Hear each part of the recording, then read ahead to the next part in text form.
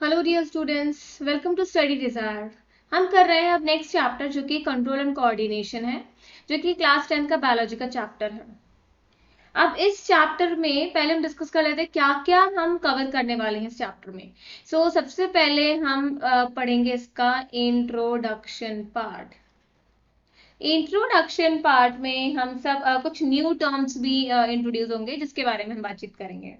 उसके बाद में फिर हम शॉर्ट में बात कर लेंगे जो कि कोऑर्डिनेशन होता है एनिमल्स में, ठीक है, या फिर जो सिस्टम होता है जो कंट्रोल करता है कोऑर्डिनेशन इन एनिमल्स। सो हम यहाँ पे लिखेंगे कोऑर्डिनेशन इन एनिमल्स, इसके बारे में हम पढ़ेंगे।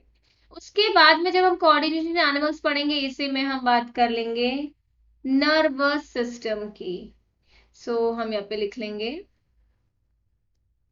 नर्वस सिस्टम, ठीक है। और नर्वस सिस्टम में फिर हम मतलब जो न्यूरॉन्स सेल्स होते हैं उनके बारे में भी हम डीप में पढ़ेंगे, ठीक है। इसकी फंक्शनिंग के बारे में बात करेंगे, हम पार्ट्स ऑफ न्यूरॉन डिस्कस करेंगे, ठीक है। और सिनाप्स भी इसमें आएगा, कुछ नए टर्म्स है वो हम डिटेल में डिस्कस करेंगे।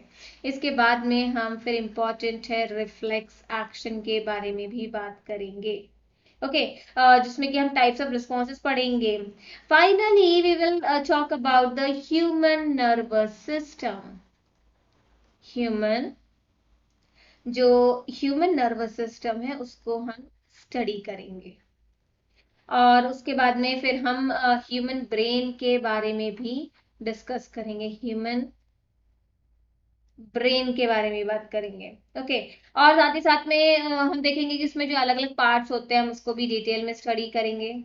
Finally, we will go and discuss how the coordination between the nervous and the muscular tissues are produced, किस तरह से ये होते हैं। और फिर finally we will also going to talk about the coordination in humans. Okay, so ये हमने nervous system का देखा। एक और coordination होता है जो कि होता है chemical coordination, chemical कोऑर्डिनेशन। इसके अंदर हम पढ़ेंगे डिफरेंट हॉर्मोन्स के बारे में जो कि हमारी बॉडी में रिलीज होता है और किस तरह से ये हेल्प करती हैं बॉडी को कोऑर्डिनेट करने के लिए, ओके। इतना हम करेंगे। इसके बाद में इसमें एक और टॉपिक है जिसमें कि हम कवर करेंगे जो किस तरह से कोऑर्डिनेशन होता है प्लांट्स में, कोऑर्डिनेशन इन प्लांट्स में किस तरह से कोऑर्डिनेशन होता है, ठीक है। फिर उसी के बाद में फिर हम डिस्कस कर लेंगे प्लांट्स के हॉर्मोन्स को। प्लांट होगा यहाँ पे, प्लांट हार्मोन को हम डिस्कस करेंगे, ओके। और फाइनली फिर हम अलग अलग जो हार्मोन्स होते हैं एनिमल्स और प्लांट्स में दोनों को सेपरेटली डिस्कस करेंगे। आज के इस वीडियो में हम कवर कर लेंगे इंट्रोडक्शन पार्ट को, हम कंट्रोल जो कोऑर्डिनेशन एनिमल्स में, और हम नर्वस सिस्टम और न्यूरॉन्स तक हम कोशिश कर सकते हैं इसमें हम कवर कर लें, ओके। फटाफट हम आ जाते हैं नेक्स्ट पेज पे और हम स्टार्ट करते हैं जो कि हमारा पहला टॉपिक है इंट्रोडक्शन। इंट्रोडक्शन पार्ट में पहले तो हम यहाँ ये बात करेंगे कि जो एनिमल्स होते हैं, ठीक है, या फिर जितने भी नॉन जो लिविंग ऑर्गेनिजम्स हैं, ये पर्टिकुलर क्या करते हैं, रिस्पॉन्ड करते हैं जो कि चेंजेस होते हैं इन्वायरमेंट में उसके अगेंस्ट, ओके। क्या करते हैं, ऑल लिविंग ऑर्गेनिजम्स ये क्या करते हैं, रिस्पॉन्ड करते हैं, ओके, एंड और रिएक्ट करते हैं, okay.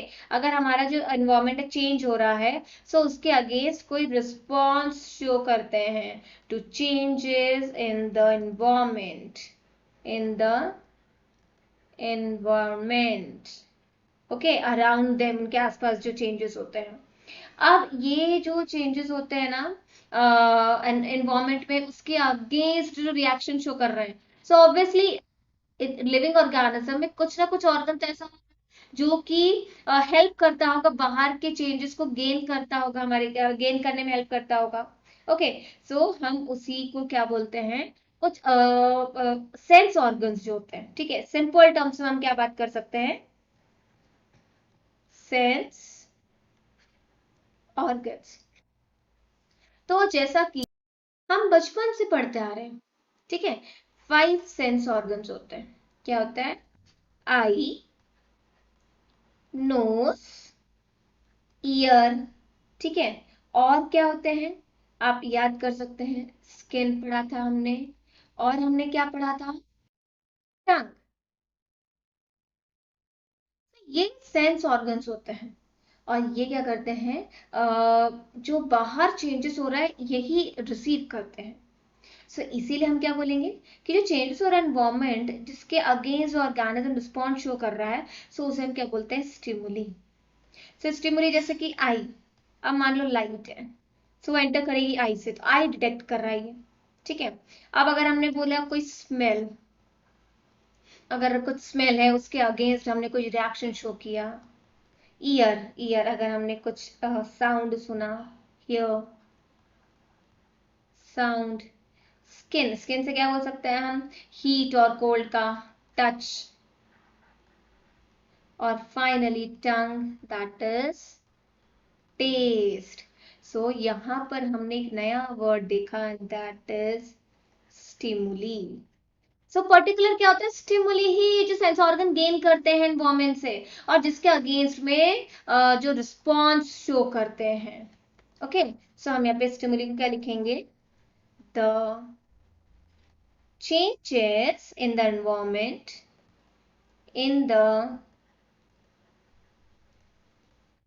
environment to which the organisms respond, to which the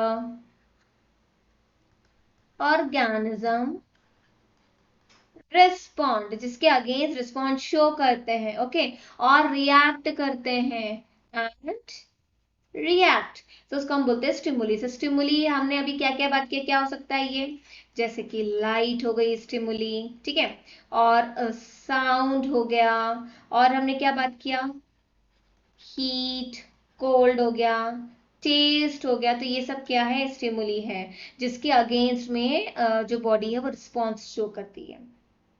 तो यहाँ पर आपको एक वर्ड तो क्लियर हो गया अभी तक, स्टिमुली। ओके, अब हम आगे बढ़ते हैं, और हम अब एक और वर्ड यहाँ पे डिस्कस करेंगे, जो कि हम पर्टिकुलर बात कर लेते हैं बहुत ही सिंपल टर्म्स की, कोऑर्डिनेशन। कोऑर्डिनेशन क्या होता है, बहुत सिंपल है ये, ठीक है। मगर मान लीजिए कहीं कुछ काम चल रहा है और वो ग्रुप में काम कर रहे हैं, सो ग्रुप में कोऑर्डिनेशन होना बहुत जरूरी है, मतलब पर्टिकुलर काम किसी एक पर ही बोझ ना आ जाए, सबको डिवाइड हो इंडिविजुअली, ठीक है। सो और सब साथ में मिलजुल के काम करें ताकि रिजल्ट अच्छा हो। सो हम यहाँ पे क्या लिख सकते हैं कोऑर्डिनेशन का, the working together of various organs, together of various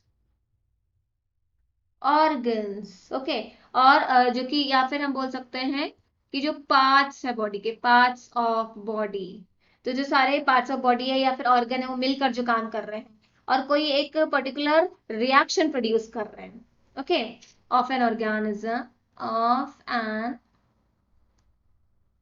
organism in a proper manner, okay, in a proper manner, एक प्रॉपर मैनर में, ताकि ये प्रोड्यूस कर सके कोई पर्टिकुलर रिस्पॉन्स या reaction, to produce proper reaction, proper reaction. So coordination मतलब क्या हो रहा है कि जिसमें तब सारे ऑर्गन्स मिलजुल कर काम करते हैं और पर्टिकुलर एक रिजल्ट आता है उनका, okay, reaction to a stimuli और टू अ स्टिमुलस, इसी को बोलते हैं हम कोऑर्डिनेशन।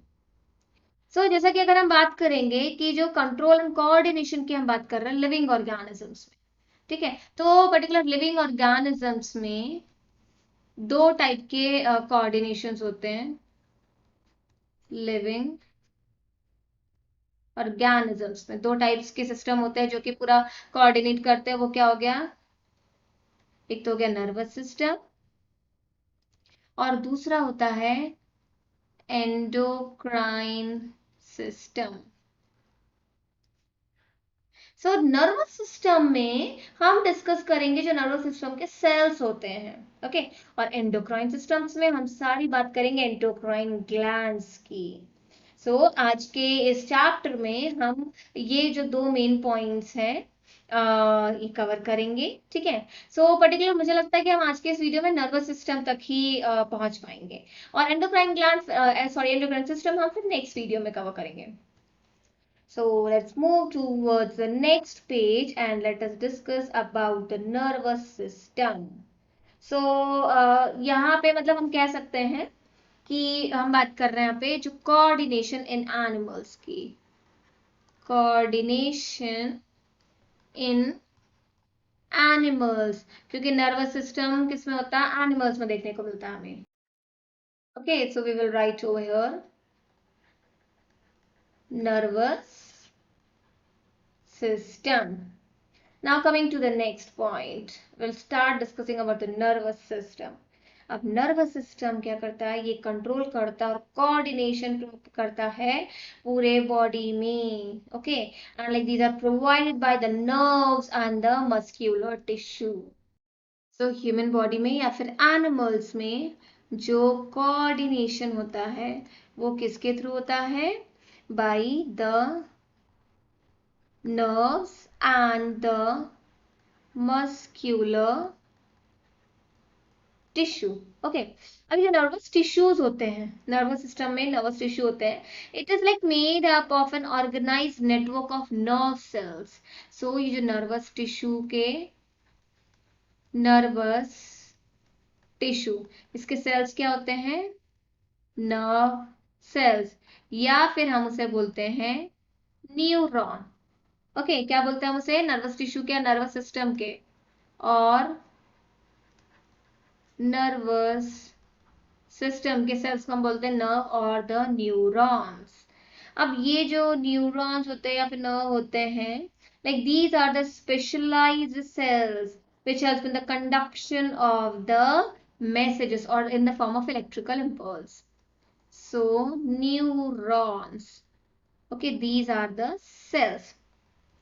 अब ये क्या करते हैं, these are like specialized, these are,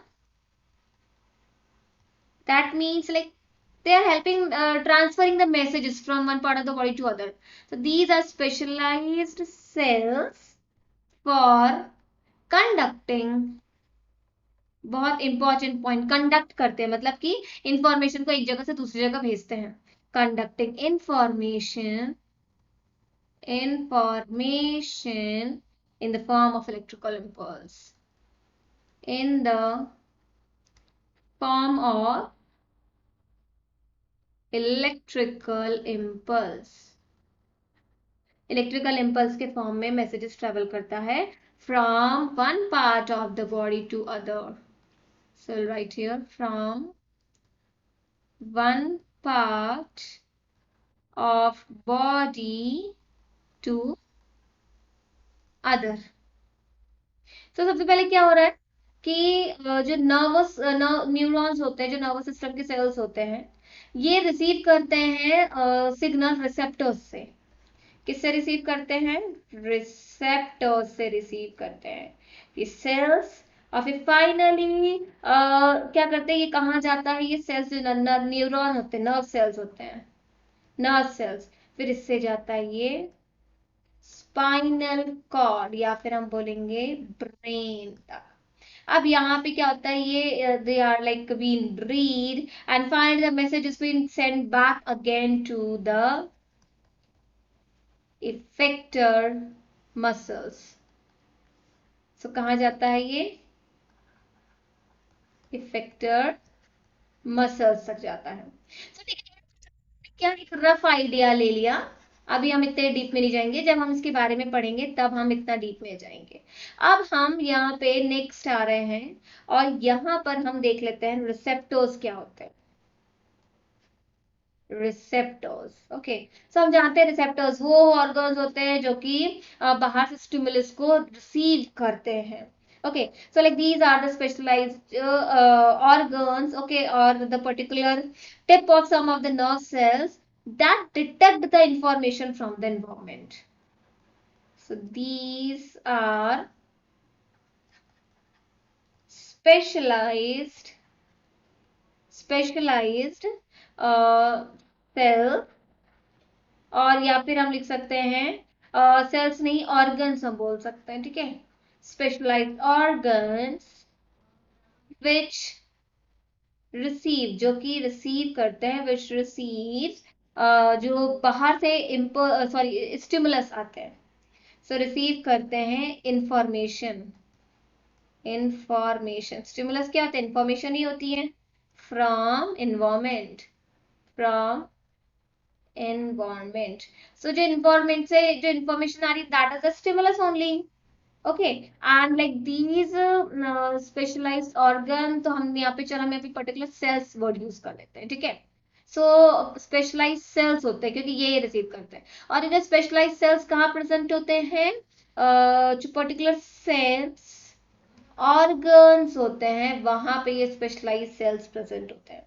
सो अभी जैसे हमने बात की थी, हम एग्जाम्पल डिस्कस कर लेते हैं, जैसे ईयर होता है। So ear it act as a phono receptor, फोनो रिसेप्टर। अब जैसे हमने इसके पहले में सारे सेल्स ऑर्गन डिस्कस किए, लेकिन हम यहाँ पे रिसेप्टर की बात कर रहे हैं, इसीलिए हम दोबारा से इस ईयर को डिस्कस कर रहे हैं। सो जो ईयर है फोनो रिसेप्टर, इसका मतलब क्या हो रहा है, ये बाहर इन्वायरमेंट से रिसीव कर रहा है साउंड,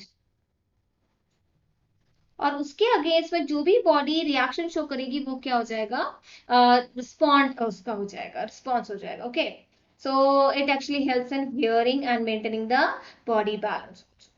अब हम आ जाते हैं नेक्स्ट, डिस्कस कर लेते हैं, जो कि next receptor it is I. सब जब हमने ईयर को बोला फोनो रिसेप्टर, सब हम जानते हैं आई का क्या होता है, लाइट होता है, सब इसको क्या बोल सकते हैं, फोटो रिसेप्टर। ये क्या होता है, फोटो रिसेप्टर होता है, जो कि रिसीव करता है लाइट और हेल्प करता है देखने में। तीसरा आ जाएगा, हम यहाँ पे तीसरा डिस्कस कर लेते हैं स्किन को। स्किन, ओके, सो स्किन, क्योंकि हमने जैसे कि बोला कि हॉट और कोल्ड को ये सेंस करता है, सो हम यहाँ पे बोल सकते हैं इट इज थर्मो रिसेप्टर्स, जो कि फील करता है, फील टेम्परेचर, टेम्परेचर को फील करता है, feels temperature. It also like helps in feeling hot और cold, hot, cold, okay, even smooth, rough, etc etc। But हम यहाँ पे क्योंकि रिसीव कर रहे हैं सेंस की बात कर रहे हैं, तो ये हर टाइप का टेक्सचर या फिर हॉट कोल्ड टेम्परेचर हो गया, सब ये रिसीव कर सकता है। अब हम नेक्स्ट पर आ जाते हैं। नेक्स्ट हम यहाँ बात कर लेंगे टंग की। टंग, सो हम जानते हैं टंग क्या है, टेस्ट के लिए। So like it act as gustatory receptor. So it is known as gustatory receptor. Okay. So particularly क्या कर रहा है, it does sense for the taste. Okay. Helps in the detection of the taste.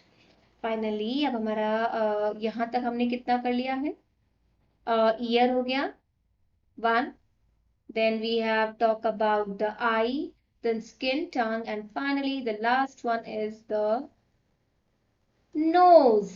Okay, so nose हम क्या बोल सकते हैं, like it act as olfactory receptor, olfactory receptor। इसका मतलब ये गेन करता है smell, smell। Okay, so like it helps in detection of the smell। So till now we have talked about the receptors। अब इसमें हमने जैसे कि हम पहले पेज पे चलते हैं और हम देखते हैं हमने क्या क्या बात की थी, आज हम क्या क्या कवर करेंगे इसमें। जैसे कि हमने देखा था, हम बात करें control and coordination in animals की, ठीक है। हमने देखा कि इसमें क्या क्या होता है, नर्वस सिस्टम होता है और एक केमिकल वाला जो होता है, सॉरी यहाँ नहीं है ये, ये इन एंडोक्राइन सिस्टम, और दूसरा क्या होता है, ये नर्वस सिस्टम होता है, ठीक है। सो अब हम बात कर लेते हैं नर्वस सिस्टम की। सो नर्वस सिस्टम में हमने देखा था, हम पढ़ेंगे न्यूरॉन्स को। सो आइए फटाफट हम चलते हैं हमारे नेक्स्ट पेज पे, and let's talk about the particular type of cell, and that is the neuron. अब ये जो न्यूरॉन है, it is a cell of the nervous system. So here we can write it is cell of nervous system. Nervous system का cell होता है ये. Okay, now coming to the next point. ये जो नर्व्स न्यूरॉन्स होते हैं, या फिर इसको हम बोलते हैं नर्व सेल्स, ओके, या फिर न्यूरॉन्स. ये स्ट्रक्चरल और फंक्शनल यूनिट होते हैं नर्वस सिस्टम के, क्योंकि ये पर्टिकुलर इसी के सेल्स होते हैं. Okay, so like the neurons, if we talk about its structure, okay, so structure इसका बहुत ही सिंपल होता है. देखिए सबसे पहले क्या होता है यहाँ पे, let's go to new page and let's see here. यहाँ पे ये हम देख रहे हैं, जिस तरह से मैं इसको ड्रॉ कर रही हूँ ना, आप लोग भी इसी तरह से ड्रॉ करेंगे. तो ये बहुत ही सिंपल लगेगा, देखिए. ओके, वेरी गुड, बहुत ही सिंपल होता है ये, बट आपको एक बार इसका आना चाहिए कि किस तरह से ये ड्रॉ हो रहा है. ओके नाउ, सो ये सब क्या हो गए, नर्वस, जो न्यूरॉन्स की हम बात कर रहे हैं. तो सबसे पहले ये जो ऊपर न्यूरॉन है या फिर जो नर्व सेल है, इनके यहाँ पे इस तरह से वो डेंड्राइट्स होते हैं, जो कि अच्छे से ब्रांच होते हैं, ठीक है. ये बहुत ज्यादा ब्रांच होते हैं, ताकि अलग अलग सेल के साथ में कम्युनिकेशन बना सके. और बीच में क्या होता है, ये न्यूक्लियस होता है. सो पहले हम यहाँ पे लिख लेंगे, ये क्या होता है, डेंड्राइट्स. डेंड्राइट्स, डेंड्राइट, ठीक है. अब ये क्या हो गया पर्टिकुलर, इसको बोलते हैं हम सेल बॉडी. Cell body. अब ये पार्ट जो पूरा होता है, यहां से लेकर के यहां तक का पूरा पार्ट, इसे हम कहते हैं एक्सॉन. क्या कहते हैं हम, एक्सॉन. अब एक्सॉन के ऊपर कुछ पर्टिकुलर टाइप की सेल्स होती हैं, ठीक है, जिनको हम बोलते हैं श्वान सेल्स. चलिए इसको मैं आपको ना दूसरे कलर में बता देती हूँ. सो हाँ, अब यहाँ देखिएगा ऊपर क्या है, ये इस टाइप की ये सेल्स होती हैं. अब क्लियर है आप लोगों को, ये देखिए, ये इस टाइप की सेल्स होती हैं, ठीक है.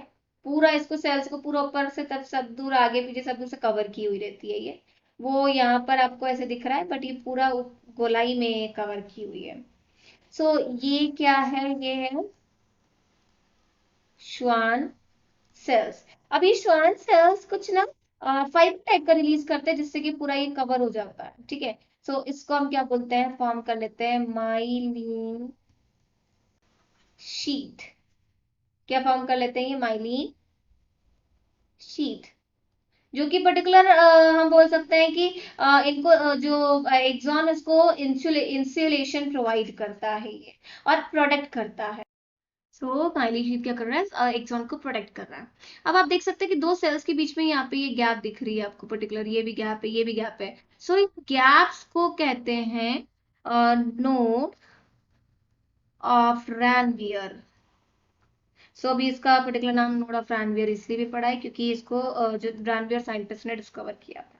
सो यहाँ पे आप देख सकते हैं ब्यूटीफुल डायग्राम है ये नर्व सेल का और द न्यूरॉन. ओके, सो फटाफट हम इसके बारे में भी पढ़ लेते हैं, न्यूरॉन के बारे में. सो अब ये जो न्यूरॉन है, like it is a functional structural and functional unit of the nervous system. Nervous system का ये सेल होता है. अब if you talk about the function, क्योंकि अभी हमने पुराना जो पेजेस में स्ट्रक्चर की बात कर ली है, एक काम करते हैं हम, ये तो मैंने ड्रॉ करके दिखा, एक मैं आपको पर्टिकुलर इसका इमेज भी दिखा देती हूँ. So let's bring the image now. तो यहाँ पे हम देख सकते हैं, जैसे कि अभी हमने बात की थी डेंड्राइट, ठीक है. फिर ये सेल बॉडी, इसका न्यूक्लियस है. फिर ये एक्सॉन पार्ट है पूरा, यहाँ से लेकर के यहाँ तक का. माइलिन शीथ हमने देखा, एक्सॉन देखा. हाँ, हमने डिस्कस नहीं किया था, एक्सॉन टर्मिनल्स होते हैं. सो हम पीछे जाते हैं और देखते हैं, ये जो लास्ट में होता है ना, ये पूरा क्या होता है, इसको हम बोलते हैं एक्सॉन टर्मिनल, क्योंकि टर्मिनल क्या बोल रहा है, क्योंकि हम लास्ट में होता है और इनके आखिरी में ना ऐसे बल्ब जैसा होता है, इस तरह से मुड़ा हुआ होता है ये, ताकि ये जो मैसेजेस है वो अगले से पहुंच सके। सो एक्सॉन टर्मिनल होता है और ये इस एक केक को बोलते हैं एक्सॉन बल्ब, एक्सॉन बल्ब। सो इस स्ट्रक्चर में आपको और ज्यादा क्लियर हो गया होगा। सो अब हम आ जाते हैं, जैसे कि हमने स्ट्रक्चर की बात कर ली, now we will be going to talk about the function of the neuron. So let us discuss how this neuron functions. Okay, so we'll be discussing about the functioning of neuron, neurons के हम functions को पढ़ेंगे। ठीक है, साथ ही साथ में हम क्या करते जाएंगे, एक एक जो पर्टिकुलर पार्ट्स होते हैं ना उसको भी डिस्कस करते जाएंगे। सो चलो एक काम करते हैं, फंक्शन जैसे हम बात कर रहे हैं तो हम डायग्राम से पहले समझ लेते हैं। ठीक है, सो डायग्राम से जैसे हम बोल रहे हैं कि जो सेंस ऑर्गन्स होते हैं ना वहां पे क्या होता है, ये डेंड्राइट्स बहुत ज्यादा होते हैं, सेल बॉडी। ठीक है, सो अब ये क्या करते हैं, जो डेंड्राइट्स है यही बाहर से रिसीव करते हैं स्टिमुलस। ओके, वो हीट या कोल्ड या साउंड या लाइट कुछ भी हो सकता है। सो रिसीव कौन कर रहे हैं, डेंड्राइट्स रिसीव कर रहे हैं, तो रिसेप्टर्स प्रेजेंट होते हैं। ठीक है, अब जैसे ही कोई से बाहर स्टिमुलस आया तो ये क्या होगा, यहाँ रिसीव होगा। अब फाइनली ये जो मैसेज के फॉर्म में इस टाइप में आगे बढ़ेगा, इलेक्ट्रिकल इम्पल्स के फॉर्म में इंफॉर्मेशन एक्सॉन से पास हो रहा है, ये पास हो रहा है और फाइनली एक्सॉन बल्ब के एंडिंग से इस तरह से अलग अलग टाइप में क्या होगा ये। अब अगले इसके पीछे में दूसरा नर्व सेल होगा। ओके, जिस तरह से डेंड्राइट्स हैं इस तरह से यहाँ पे क्या इसने ब्रांचेस बनाई हुई है।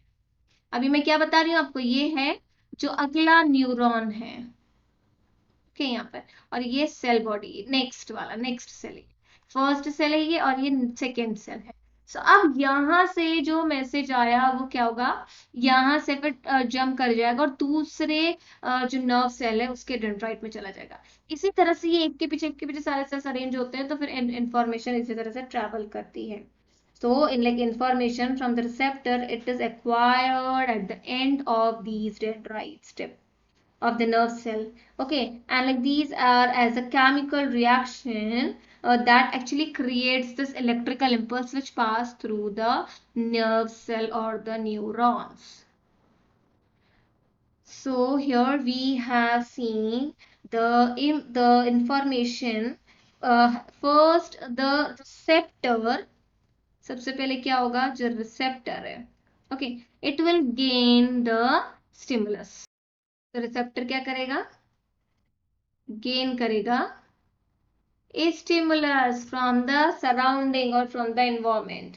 अब ये जो है लाइक स्टिमुलस गेन करा है, ये जो कहाँ जाएगा, जो सेल्स होते हैं, cells present on receptors,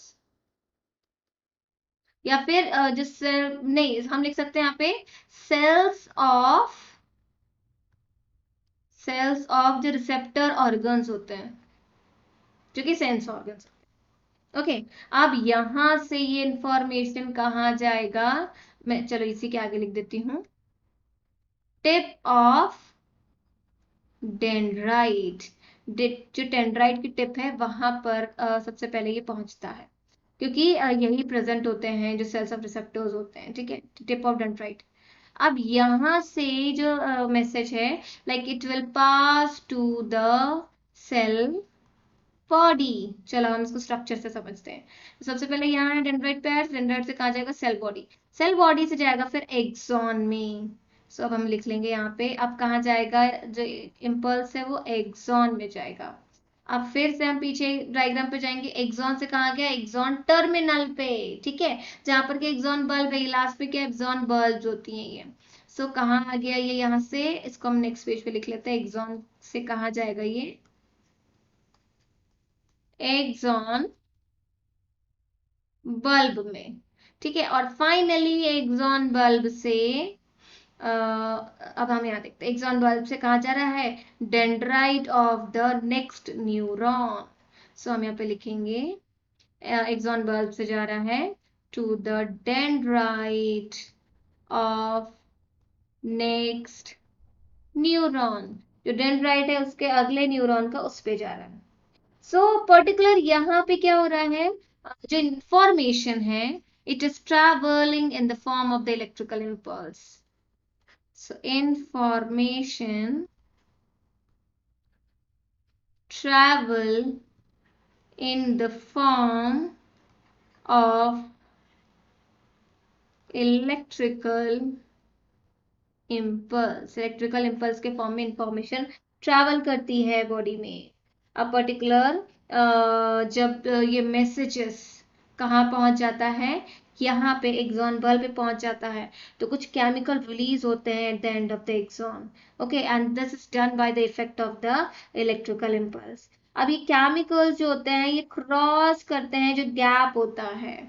okay, तभी तो ये एक न्यूरॉन से दूसरे न्यूरॉन पे जा रहा ना, ये कोई कनेक्ट थोड़ी है, यहाँ पे भाई गैप है। सो यहाँ पे अब जब जैसे मैसेज आता है यहाँ तक तो केमिकल्स आ जाता है। अभी केमिकल्स ही हेल्प करते हैं इस इलेक्ट्रिकल इम्पल्स को एक न्यूरॉन से दूसरे न्यूरॉन में लेके जाते हैं। सो इसको भी हम लिख लेते हैं। व्हेन इलेक्ट्रिकल इम्पल्स, इम्पल्स भी हम यूज कर सकते हैं वर्ड, इम्पल्स रीचेस टू, कहाँ पहुंचता है ये, रीचेस टू एक्सॉन बल्ब पे। Okay, axon bulb.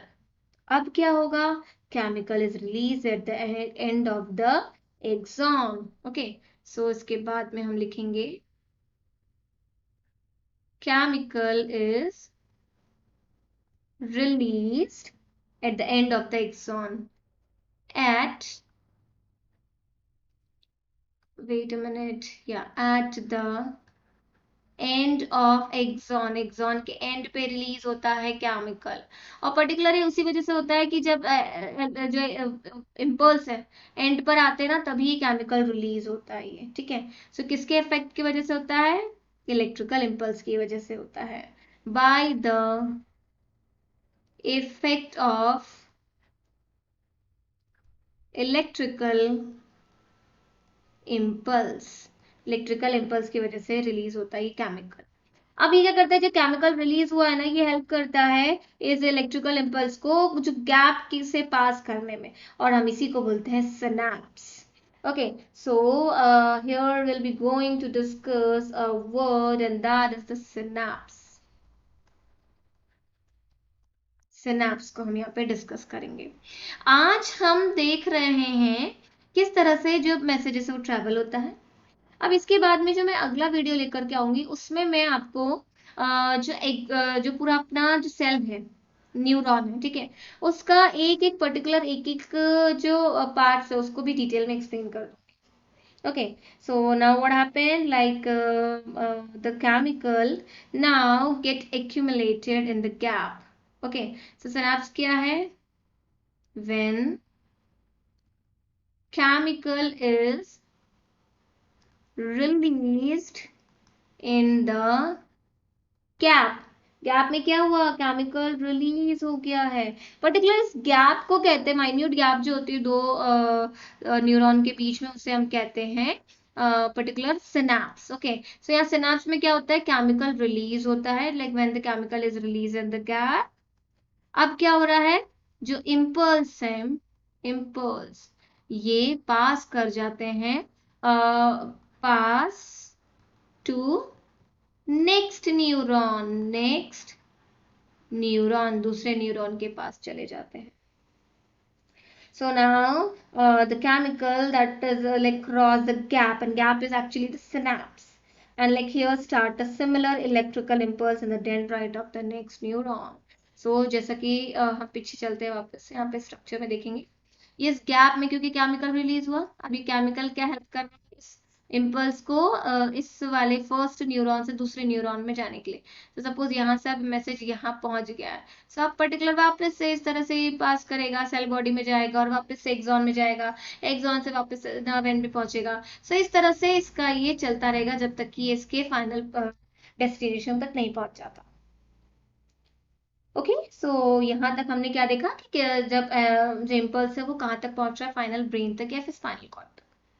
अब इसी तरह से सिमिलर जो सिनेप्स होते हैं फाइनली अलाउ करते हैं like passing of the impulse from the one neuron to the other neuron. Okay, और इसी तरह से फाइनली जो मैसेजेस हैं वो ट्रैवल होते हैं in our body in the form of electrical impulse.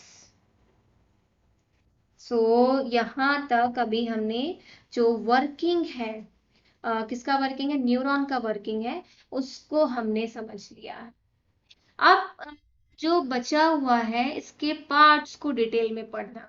सो आज मैं इसके पार्ट्स को डिटेल में बात कर लेती हूँ, कौन कौन से पार्ट्स हम पढ़ेंगे, और फिर फाइनली जो मैं अब नेक्स्ट वीडियो लेकर के आऊंगी उसमें हम इसके पार्ट्स को डिटेल में भी पढ़ेंगे। सो हम बात कर लेंगे डेंड्राइट की। Okay, so will be going to discuss about the dendrite, क्योंकि अभी हमने समझ लिया, सुपरफिशियली तो आप समझ चुके हैं डेंड्राइट क्या होता है। फिर हम बात करेंगे सेल बॉडी की, या फिर इसको हम बोलते हैं सोमा। उसके बाद में एक्सॉन, एक्सॉन में मैंने आपको सुपरफिशियली समझा दिया है, हम और डिटेल में डिस्कस कर लेंगे। और फिर फाइनली हम बात करेंगे सिनैप्स की, हम डिस्कस कर लेंगे सिनैप्स को कि किस तरह से पर्टिकुलर जो इंफॉर्मेशन है वो ट्रैवल करता है एक सेल से दूसरे सेल में। ओके, और फिर इतना करने के बाद में फिर हम थोड़ा बात कर लेंगे जो टाइप्स ऑफ न्यूरॉन्स की, टाइप्स ऑफ न्यूरॉन्स को भी हम डिस्कस कर लेंगे। ओके, और फिर फाइनली हम बाद में अगले वीडियो में जो नेक्स्ट वीडियो लेकर के आऊंगी उसी में हम बात कर लेंगे सेंसरी रिसेप्टर्स की भी। Okay, so particular sensory receptors जो होते हैं और उन्हें पर्टिकुलर क्या कहते हैं। सो जैसे कि वैसे तो हमने आज बात कर ली है, लेकिन हम कुछ टर्म्स और रिवाइज कर लेंगे। सो इतना, और फिर फाइनली हम बाद में डिस्कस करेंगे रिफ्लेक्स एक्शंस। सो आज के इस वीडियो में इतना ही। अगर आपको मेरा ये वीडियो पसंद आया तो हमारे चैनल को लाइक और सब्सक्राइब कीजिए। Thank you dear students, bye bye everyone.